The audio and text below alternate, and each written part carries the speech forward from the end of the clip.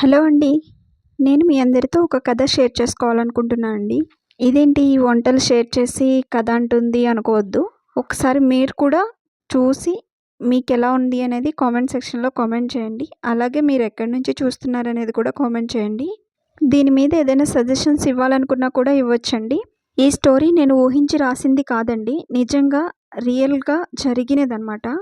ఇది కథ కాదండి. కథ లాంటి జీవితం. ఒక ఊరిలో ఒక పెద్దాయన ఉండేవారండి. ఆయనకి అమ్మా, నాన్న ఎవరూ లేరు. అలాగే ఆయన పుట్టింది, పెరిగింది కూడా వాళ్ళ మేనత్త ఇంట్లోనే పెరిగారండి.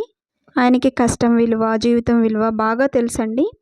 ఎన్నో కష్టాలు అనుభవిస్తూ కూడా ఆయన జీవితాన్ని స్వయంగా ఆయనే ఏర్పరచుకున్నారండి.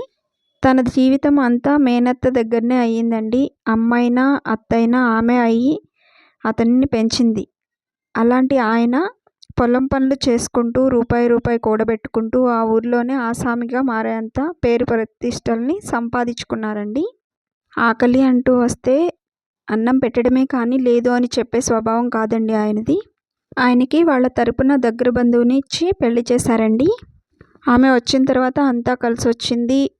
పొలాలు కొనడం, ఆస్తులు కొనడం ఇవన్నీ జరిగాయని చెప్పేవారు. ఆయనకి 2 కుమారులు, 2 కుమార్తెలండి. చిన్నతనం నుండే ఎన్నో కష్టాలను అనుభవించారు. ఆయన చిన్నప్పటి నుంచి కష్టజీవండి. తనకంటూ కుటుంబం లేకుండానే ఒక చక్కటి కుటుంబాన్ని తీర్చిదిద్దుకున్నారు. తన జీవితం అంతా మేనత్త దగ్గరనే అయింది.